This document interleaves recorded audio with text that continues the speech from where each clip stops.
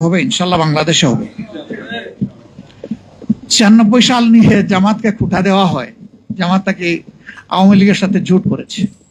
তো সেই দিন জোটের একটা জবাব দিয়েছিলাম পার্লামেন্টের ভিতরে, আর বলেছি আগামীতে আল্লাহ তৌফিক দিলে বলবো। আজকে একটু বলি। 91 সালে পার্লামেন্ট গঠন হয়েছিল কিভাবে আপনারা জানেন? সরকার কিভাবে গঠন হয়েছিল?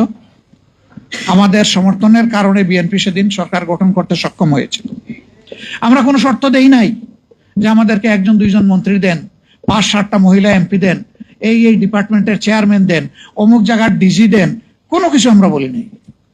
আমরা চেয়েছিলাম একটা স্বৈরাচারী সরকার বিদায় নিয়েছে, বাংলাদেশটা রাজনীতির প্ল্যাটফর্মে ফিরে আসুক। আমরা চেয়েছিলাম জনগণের অভিপ্রায়ের আলোকে একটা সরকার পরিচালিত হোক। সরকার যখন গঠন হলো 94 সালে, অধ্যাপক গোলাম আজম সাহেব তৎকালীন ভারপ্রাপ্ত আমির জনাব আব্বাস আলী খানের নেতৃত্বে 4 জন তার ঘনিষ্ঠ দায়িত্বশীলকে পাঠালেন তৎকালীন প্রধানমন্ত্রীর কাছে। মাননীয় প্রধানমন্ত্রী, দলীয় সরকারের অধীনে নির্বাচন যখন বাংলাদেশে হয়েছে, প্রমাণ হয়েছে যে মানুষ স্বস্তিতে ভোট দিতে পারে না, মানুষের ভোটের কোনো প্রয়োজন হয় না, রেজাল্ট আগে থেকেই তৈরি থাকে, শুধু প্রকাশের অপেক্ষায় থাকে। যদি এই ধরনের একটা নন পলিটিক্যাল অরাজনৈতিক সরকারের অধীনে এবারকার নির্বাচনও না হতো, আপনি সরকার গঠন করতে পারতেন না। এটা প্রমাণ হয়েছে যে জনগণের ভোটের রায়ের প্রতিফলন পাওয়া গেছে। এইটাকে স্থায়ীভাবে সংবিধানের অংশ করুন, বিলটা সরকারি দলের পক্ষ থেকে আনুন, ক্রেডিটটা আপনারা নেন, এটার বিরোধিতা করে কেউ পার পাবে না এবং সংসদে কেউ বিরোধিতা করবে না, কারণ এইটাতে একমত হয়েই তো এই নির্বাচন হয়েছে। আমাকে মাফ করবেন, তিনি দুনিয়া থেকে চলে গেছেন। তিনি সেদিন বলেছিলেন, খান সাহেব আপনি আমার পিতৃতুল্য, অন্য কিছু থাকলে বলেন। তখন আব্বাস আলী খান সাহেব বলেছিলেন যে আপনি আমাকে এই মর্যাদা দিয়েছেন পিতৃতুল্য, আমি কৃতজ্ঞ, আমি অন্য কোনো দায়িত্ব নিয়ে আজকে আসি নাই। তবে যেহেতু আপনি একটা মর্যাদা দিয়েছেন, সেই অভিজ্ঞতার জায়গা থেকে এতটুকু বলতে পারি, এই দাবিটা একদিন বাংলাদেশে বাস্তবায়িত হবে।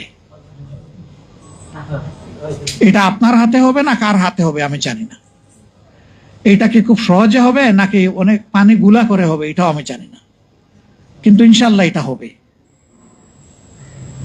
আমরা একটা বিল পরে সাবমিট করলাম, সেই বিলটা আলোচনাই আসলো না।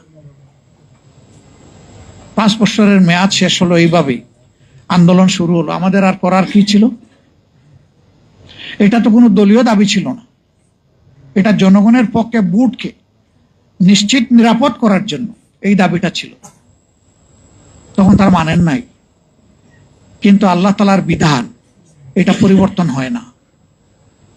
এই মেয়াদ পূর্ণ করে খুবই ছোট্ট মেয়াদের জন্য তারা আরেকটা নির্বাচন দিয়ে, সেই নির্বাচনে মেজর পার্টিগুলো অংশগ্রহণ করে নাই। আপনারা জানেন বিএনপি করেছিল, তাদের সাথে একটা দলকে তারা বিশেষভাবে নিয়েছিলেন। কয়েকদিনের পার্লামেন্ট করে একমাত্র বিল যেটা পাশ করলেন সেটা কেয়ারটেকার সরকারের বিল। তাইলে এই বিলটা আগে করলেন না? জনগণকে কেন আপনি আন্দোলনের পথে ঠেলে দিলেন? কেন এত হরতাল অবরোধের প্রয়োজন হলো? কেন জানমালের ক্ষতি হলো? কেন হাজার হাজার মামলা হলো? এই পানিটা গুলা করার তো দরকার ছিল।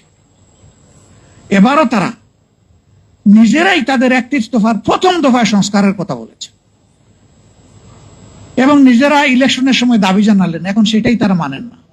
এখন তারা বলেন যে এটা সংবিধানে নাই। আরে ভাই, সংবিধানে তো 26 সালের নির্বাচনও তো নাই।